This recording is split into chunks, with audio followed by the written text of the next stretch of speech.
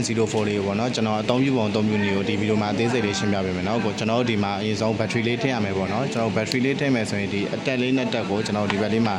ထားပြီးတော့တစ်ချက်ကျွန်တော်ဒီတိုင်းလေး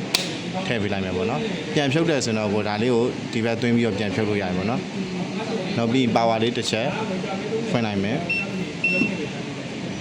နောက်ဒါဆိုရင်အရင်ဆုံးကျွန်တော်ဘောင်ချာလေးထုတ်ပြပေးမယ်เนาะဒါကကျွန်တော်စာရွက် adjust လုပ်တဲ့နေရာလေးပေါ့เนาะဒီ adjust လုပ်တဲ့နေရာလေးကိုကျွန်တော်ဒီအခုဘောင်ချာဆက်ကူလေးထည့်မယ်ဘောင်ချာဆက်ကူလေးကကျွန်တော်အမြဲတမ်းဒီလိုမျိုးပက်လက်လေးပဲထည့်ပေးရမယ်ပေါ့เนาะကျွန်တော်ဒီဘက်မှာကျတော့ဒီလိုမှင်လေးပါတယ်ကိုเนาะမှင်လေးပါလို့ကျွန်တော်ဒီလိုမျိုးပက်လက်လေးပဲထည့်ပေးရမယ်အဲဆိုရင်ကျွန်တော်ဒီ adjust လုပ်တဲ့ဂျာလေးတွေကိုတစ်ချက်ထည့်လိုက်မယ်ကျွန်တော်တို့ဒီဆက်လေးရပေါ့နော်ဟို2 in 1လေးဖြစ်တာမို့လို့ကျွန်တော် sticker ရောဘောင်ချာနှမျိုးထုတ်လာကျွန်တော်ဘောင်ချာထုတ်မယ်ဆိုရင်တော့ဘောင်ချာမူလေးချိန်ပြရတယ်ဘောင်ချာမူလေးချိန်ဖို့ဆိုရင်ကျွန်တော်ဒီ base အလဲက setting လေးပေါ့နော်အဲ့ဒါလေးကိုတစ်ချက်ဝင်ပေးရမယ် setting လေးကနေကျွန်တော်တစ်ချက်နေရာလေးရွှေ့မယ်ပေါ့နော်ကျွန်တော်အခု2 3 4 5နောက်ဒီ command မှုဆိုတဲ့နေရာလေးကိုရောက်ဖို့ဆိုဘေးနာ fix လုပ်လေးနဲ့တစ်ချက်ဝင်လိုက်မယ်နောက်ဒီ ESC ဆိုတာကျွန်တော်ဘောင်ချမှု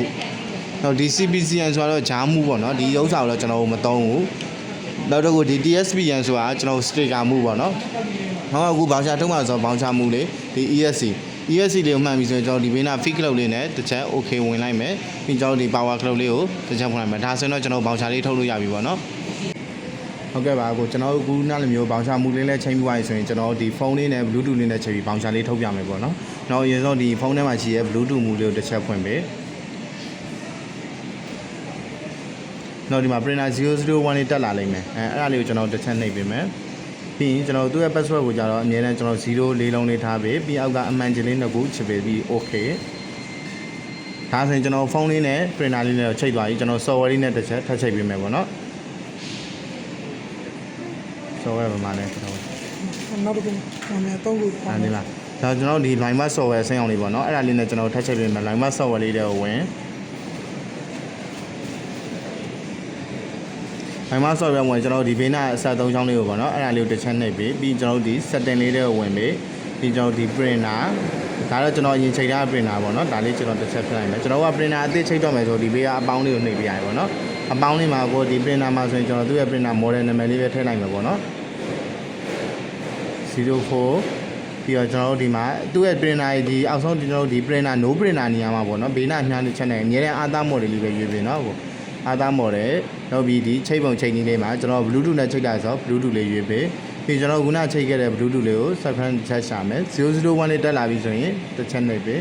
ဒါဆိုရင်ဒါကျွန်တော်သုံးတာကြတော့ဒီ80ပေါ့နော်8040ပေါ့နော်ဒါ3နံပါတ် size 80လေးရွေးပေးပြီးကျွန်တော် print receipt ဘေးလေးကိုနှိပ်ပေးပြီးကျွန်တော်တို့ print တက်လေးချိန်မချိတ်တစ်ချက်စမ်းထုတ်ကြည့်မယ်ပေါ့နော်ဒါဆိုရင်တော့ size လေးထွက်နိုင်တော့ကျွန်တော်တို့ဒါ print တက်လေးချိတ်သွားပြီပေါ့နော်အဲ့လိုကျွန်တော်တို့အဲ့ဆို printer လေးချိန်ပြီးဆိုကျွန်တော်တစ်ချက် save ပေးမယ်ကျွန်တော်တစ်ချက်ရောင်းပိုင်းလေးကိုသွားပေးတယ်ဒီမင်းအများလေးနှိပ်ပြီးကျွန်တော်ဒီမှာ save ပိုင်းလေးမှာကျွန်တော်တို့သွားပေးမယ် save ပိုင်းမှာဆိုကျွန်တော်အခု customer ယူလိုက်တဲ့ပစ္စည်းလေးနှိပ်ပေးပေါ့နော်နှိပ်ပြီးသွားဆိုရင် customer ငွေရှင်းတော့မယ်ဆိုရင်ဒီ charger လေးကိုသွားပေးပြီးရင်ခက်ဆိုရင် connection ပဲပြီး print receipt